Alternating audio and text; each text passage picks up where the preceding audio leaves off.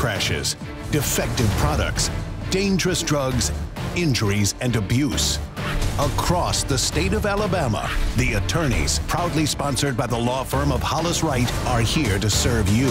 Your tough legal questions answered by our experts with host David Lamb and the attorneys of Hollis, Wright.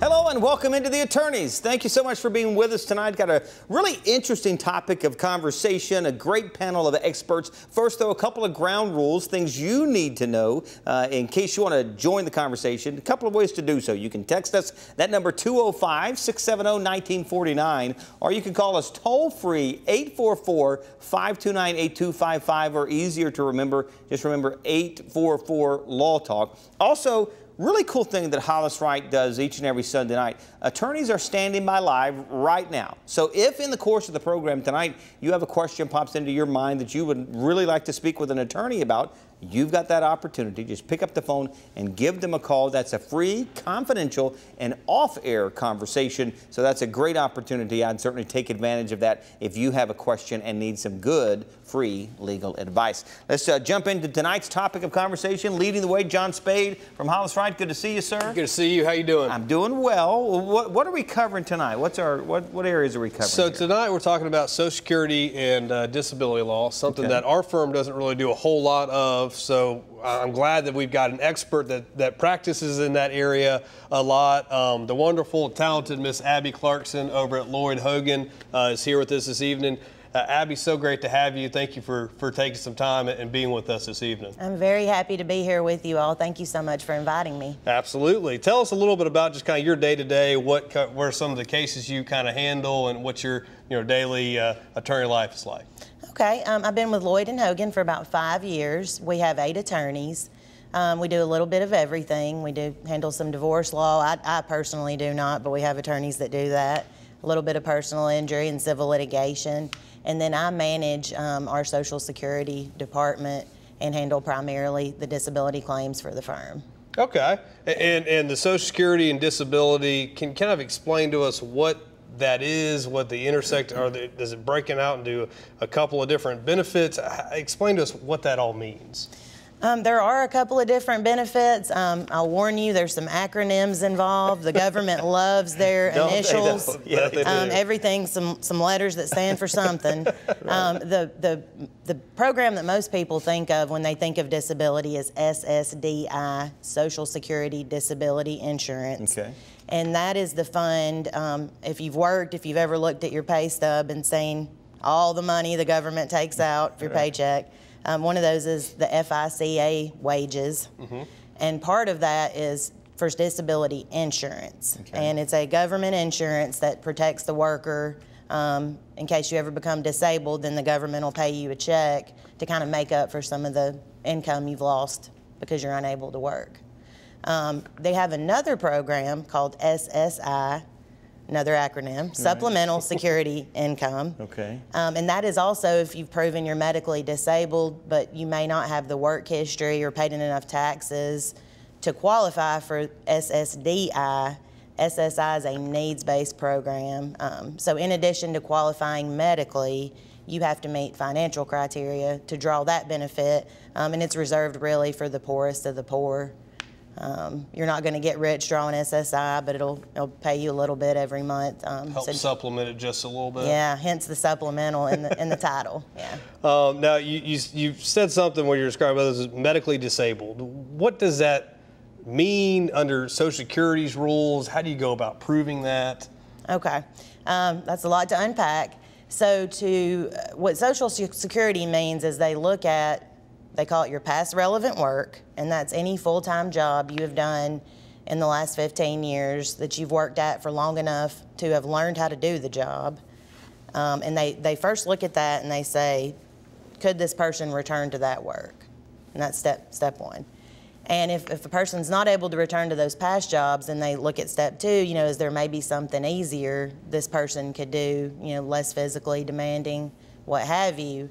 And I think that's where a lot of people get tripped up. Maybe you're 45, you've hurt your back, you worked in construction, yeah, maybe you're not able to go back and do that anymore, lay brick all day or whatever, but maybe there's something lighter that you could still do.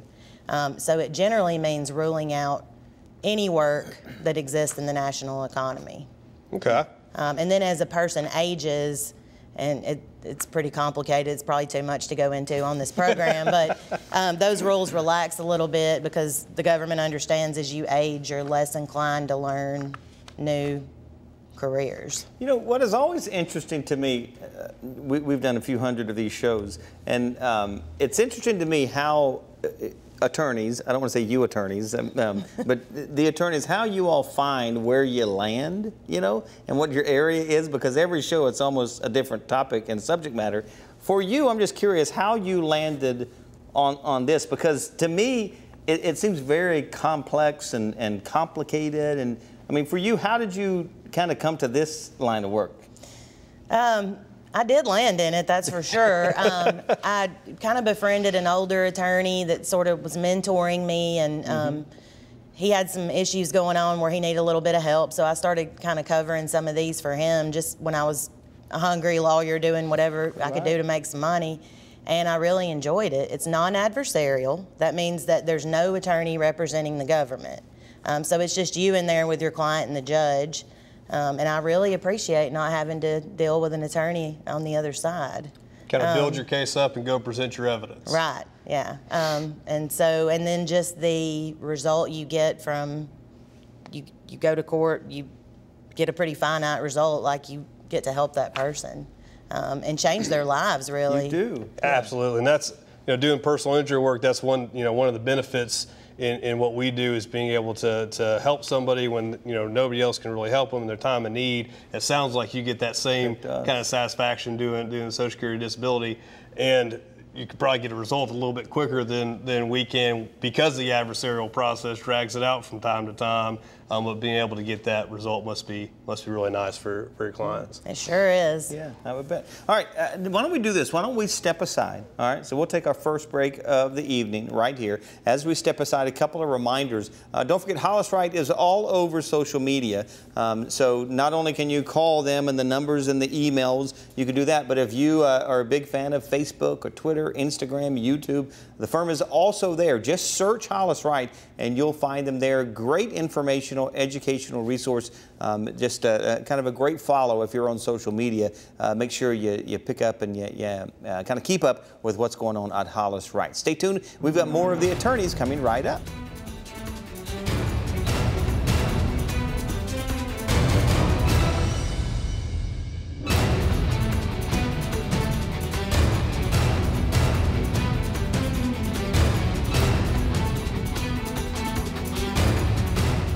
I'm Josh Wright with the law firm of Hollis Wright, a personal injury law firm, and thank you for watching The Attorneys. We hope you, a friend, or a loved one never needs legal counsel for a case. But if you do, the goal of the show is simple: to provide answers and legal counsel when you need it the most.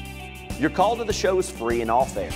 So if you have questions specific to the show or related to other accident or injury topics, call, email, or text us. You can also follow us on Facebook, Twitter, Instagram, and YouTube, or go to hollis-wright.com and click on the Contact Us button. We know your time is valuable, so thank you for spending it with us and watching The Attorneys. The Attorneys, proudly sponsored by the law firm of Hollis Wright, are here to serve you. When we started the show 8 years ago, my hope was we would be able to do what we do best, which is to help people answer real-world legal-related issues they have in their life. People oftentimes are confronting various legal issues and problems in their lives that range across the gamut of legal practice areas. Bankruptcy, criminal law, family law, just to name a few. And to be able to have a 30-minute platform or format to where we can just cover various legal topics once a week, that's obviously the primary focus of the show. We love helping people. I think everyone at this firm feels the exact same way, that the reason we do what we do is to help people. And this show gives us the biggest platform possible to help as many people as we can in the community.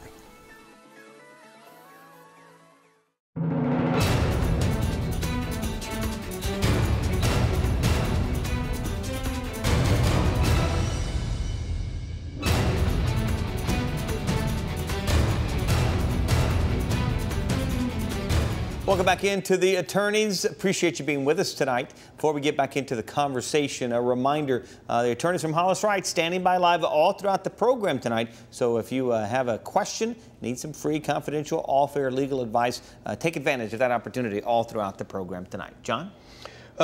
So we're talking about Social Security disability, and we've got Abby here this evening with us. Abby, kind of walk us through, if I want to get disability, how does somebody go about applying for disability, and just kind of walk us through how that process works generally. I know there's a lot of nuances involved there, but generally, what does a person have to do to apply for disability?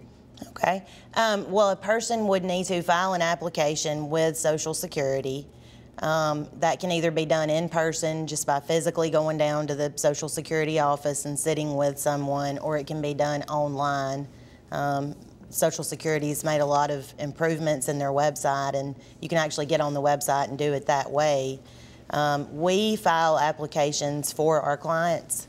That's something we can do on their behalves, but typically it's just providing a lot of information about where you've worked, your age, what your health impairments are, making sure they know what medications you're taking, what doctors you're seeing, and then Social Security takes that information and sends it to another office with an acronym, DDS, Disability Determination Services. We're going to be quizzed on this at the end of the show. Yes, I hope you're making flashcards. And DDS then orders the medical evidence and kind of puts everything together and makes a decision, is this person disabled under our rules or aren't they? And along that process, do you have a hearing that you have to go in front of to get approved for benefits? How does that, where in the process does that come into play?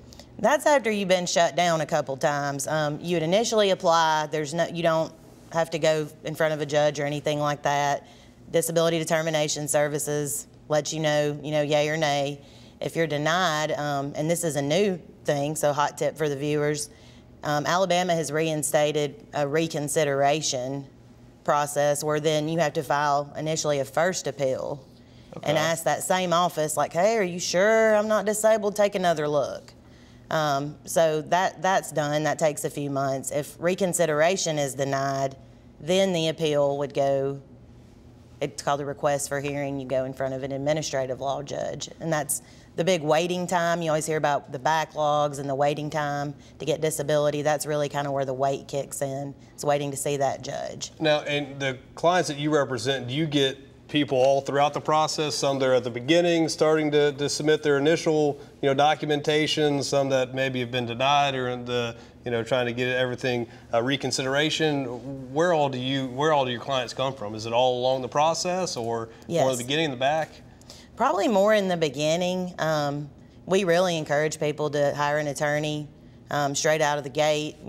We can be more thorough. We can kind of coordinate with the client throughout the application process, stay on them, make sure they're completing all the paperwork and, helping them out with those sorts of things. But yeah, we pick up clients throughout the process. It sounds like there might be some access through the internet for the clients to go on and do it themselves, or somebody who might be disabled to do it themselves. It'd be a whole lot easier to have an attorney representing you and be able to facilitate everything to make sure that it's done correct the first time, and you end up getting, what you deserve, approved disability, whatever it might be, by having someone get involved a lot earlier in the process and having to kind of swim back upstream more or less on the reconsideration. Would you agree with that? You're absolutely right. And routinely we have people that come to us after they've already been denied. They were trying to do it alone. And then I look through the file and I see, just glaring errors that the person made. The average person's not used to dealing with government agencies and all this red tape and things, but it's things if an attorney would have been involved earlier in the process, maybe that could have been avoided. Absolutely. Yeah. If I were, applying for disability, when would you recommend that I should begin applying for disability? Is it, at the very beginning when you're unable to work? Should you wait to see if you can get back to work? What would you recommend as far as when you should go and maybe contact an attorney or try to apply for disability? Yesterday. Yes. With any government agency, it takes a long time. Kind of the flip side of that is there's a durational requirement, which you have to show you have a disability that's either already lasted 12 months or they think it's going to last 12 months. So we do have some instances of people that apply really early on, and then Social Security says, well, yeah, maybe you've had this wreck, you know, you're having some back problems, but you're going to have this surgery, and 12 months from now, we think you'll be working. So we have a little bit of that, but we always tell people the earlier you start, the better, because you will be waiting. Okay. Both for the initial decision, and then, you know, unfortunately, a lot of people are denied, and then they're waiting on that court date. That's right. That makes sense. Yeah. As far as when you're going about and talking about proving the disability, what is some evidence? What do you rely upon to prove up whether somebody is disabled or not? Medical evidence is the king. You know, you need to have some good objective medical evidence, really establishing what you're saying. They like to have, you know, results from tests, MRIs and things like that if we're looking at, you know, a back issue. We tell clients it's very important when you see your doctor, you know, a lot of times in just general conversation, how you doing? I'm fine. And then the doctor's record says this person was doing pretty good that day. We tell them when you go see your doctor, you complain about every single thing that's bothering you that day. Because really that needs to be documented, and you know, the primary way to do that is through doctor's notes, medical records. Absolutely. It's not the time to be a tough guy and say, yeah, I'm doing great, when really you're doubled over in pain when you walk out of the doctor's office. Right. Now, as far as the ultimate, you know, determination, are you disabled or not, who determines whether or not somebody qualifies for disability? Who makes that determination? Is it another acronym? Are you talking about financially or medically or? Medically. Let's start with medically. Okay. Well, at the initial application, it's that DDS acronym, the office, you know, and there's employees there that make that determination. Once that's exhausted, assuming a person's denied there, then it goes to the administrative law judge, which are judges that are employees of the government that conduct hearings. And they're usually in person, they're informal, and you go in front of the judge and the judge decides. All right.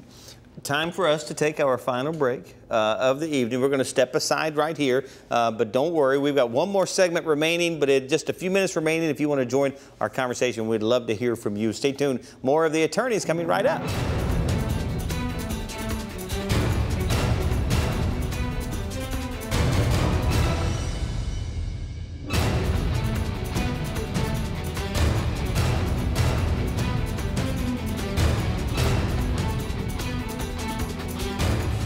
I'm attorney Bobby Bell with Hollis Wright Law Firm.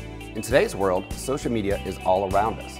It is common for many people to post on social media regarding their life and activities on a daily basis.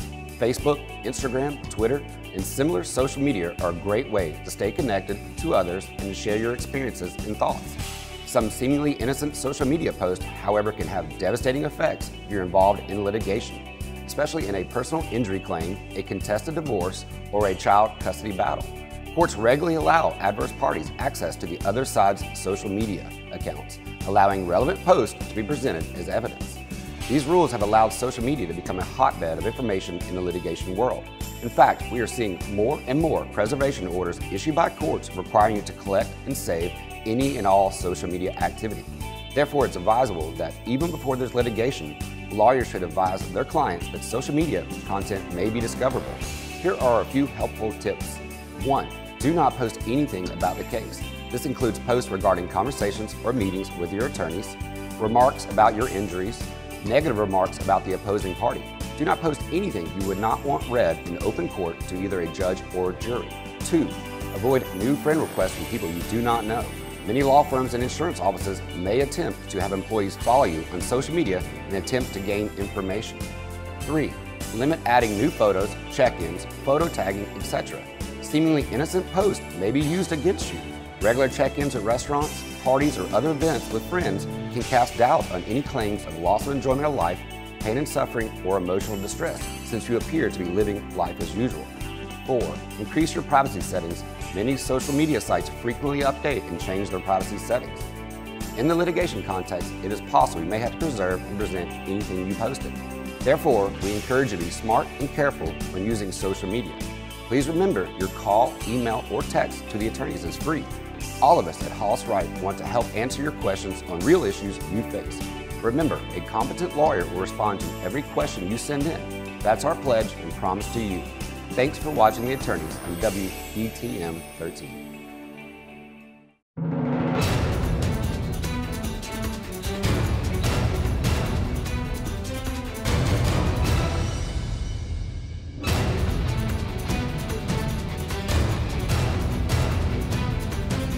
Welcome back into The Attorneys. Right at 7 minutes remaining in the program, so the clock is ticking. If you want to take advantage of that opportunity to speak with attorneys from Hollis Wright, standing by live, about 7 minutes remaining in tonight's show. John? Yeah, before the break, we were talking about kind of the general process and how you go about getting approved for disability. Abby, if you kind of take us through, once you get to that administrative law judge and you have the hearing in front of the judge, kind of take us through what all is encompassed and what all happens during that hearing. Okay. Well, leading up to the hearing, it can be a bit of a wait. For a while, it was upwards of 24 months between asking for the hearing and actually getting the hearing. Oh, wow. You've heard of that Social Security backlog. I'm sure you've read news articles about it. Social Security has made great strides in working through that backlog, and we're getting hearing dates now in well under a year. Oh, wow, that's great. Yeah, it is great. It's great for the clients. Now, during that time that you're waiting to get in front of the administrative law judge or waiting to get it approved for disability, would you recommend to your clients that they try to go back to work during that period of time? Because, I mean, money's tight. They're trying to do everything they can to kind of survive. What would you recommend in that situation? Yeah, and this is something we deal with literally daily. If you have no income coming in, your bills don't stop coming in. We certainly understand that, and Social Security understands that, and they actually have a provision. It's another acronym, Unsuccessful Work Attempt, or UWA, and that basically means you can try to go back to work, and if you're unable to maintain that work for 6 months and you stop basically because of your medical impairments, then they will not count that against you. So you could technically try to work during, and it happens a lot. People try to work, they last a couple months. They realize they just absolutely can't do it. They quit, they're fired. So that's good that that's allowed. And then also people can work part-time and still even draw disability benefits. Because I think that the general idea is we want to encourage people to try to get back to work if they can, and not discourage them from re-entering the workforce if possible, while they're waiting for the determination from the SSDI, SSI, whatever benefits they're trying to get. Absolutely. And what I've learned from about 10 years of doing this is that most people really want to work. They enjoy the feeling of contributing to society. They like to have somewhere to get up and go every day. And mentally, I think it's good for people, and that's what I've encountered in my practice, is most people really do want to work. Let's shift gears a little bit. We've been talking about the process of how to get approved for disability, and some of the obstacles and hurdles you got to get over to eventually, hopefully, get approved. Once you get approved, generally, how long does it take for you just start receiving benefits? What does that look like on the other side once you've actually been approved for disability? That actually happens fairly quickly. Oftentimes in a matter of weeks, usually no more than 90 days, you'll start getting your monthly amount, which is, it's contingent on how much you've worked and paid in over the years, exactly how much that'll be. And then there's also retroactive back pay, calculated back from when you stopped working, which oftentimes can be a significant amount of money. And generally that's paid out within a few months as well. Okay, so you do get the back pay as well as going forward, at least a percentage of what you would have been making had you not suffered a disability. Right. And a good tip to throw in here, because a lot of people don't know this, is under SSD, the main program, they don't pay you for the first 5 full months you're out of work. So the benefits only kick in on month 6. I'm not really sure why that is. Seems a little arbitrary to me. But Yeah, there's been some talk of suspending that rule and making it go effective all the way back, but who knows what'll happen with that. And just real quick, I know we're getting low on time, but after you get approved, do you have to go back through any sort of recertification process, like annually or anything like that, after you get approved for the disability? Is there any follow-up, I guess, that has to be done? Yeah, sometimes. I mean, if a person's 60 anyway, they're typically not going to look at them again. But generally people that are younger, especially someone that requires the surgery or something like that, they'll usually go back in 2 years or so, order some medical records, check in on them, see if they think they're still disabled or not. And they will stop paying benefits if they say, hey, we awarded you disability 2 years ago. We've checked your medical records. You haven't been to the doctor in a year, so you must be fine. They'll say we're not gonna pay you this benefit anymore, and then you have to go back to court, which is a lot of fun. Restart the whole process over again. We've covered a whole lot of ground, but we only have a couple minutes remaining in the show, and I want to give both of you the opportunity just for a final thoughts for our viewers. And Abby, if you would, you go first, please. Do I need to look at the camera while I do You can this? if you want. Sure. Just look at that one right there. This stuff is really complicated, and we've barely scratched the surface of it today. I think 2 key things you need to keep in mind is don't be ashamed to ask for help. There are attorneys, very good attorneys, besides myself, that do this kind of work that can walk you through this. And the earlier you start this, the better, because it's a time-consuming process. That's good advice. John? Absolutely. Just kind of piggybacking on what Abby was saying, there's so much red tape and bureaucracy in this process, and we did only, very kind of cursory glance at all of this.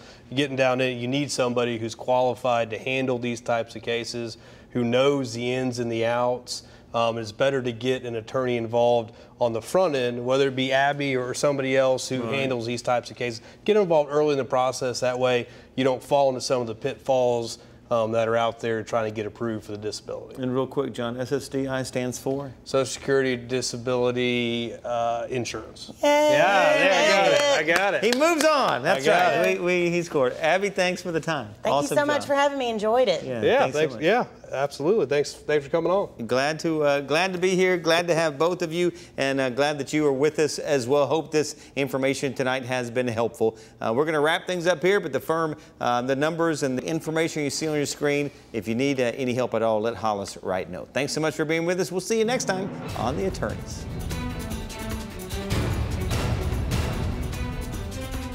Thanks for watching The Attorneys, sponsored by Hollis Wright.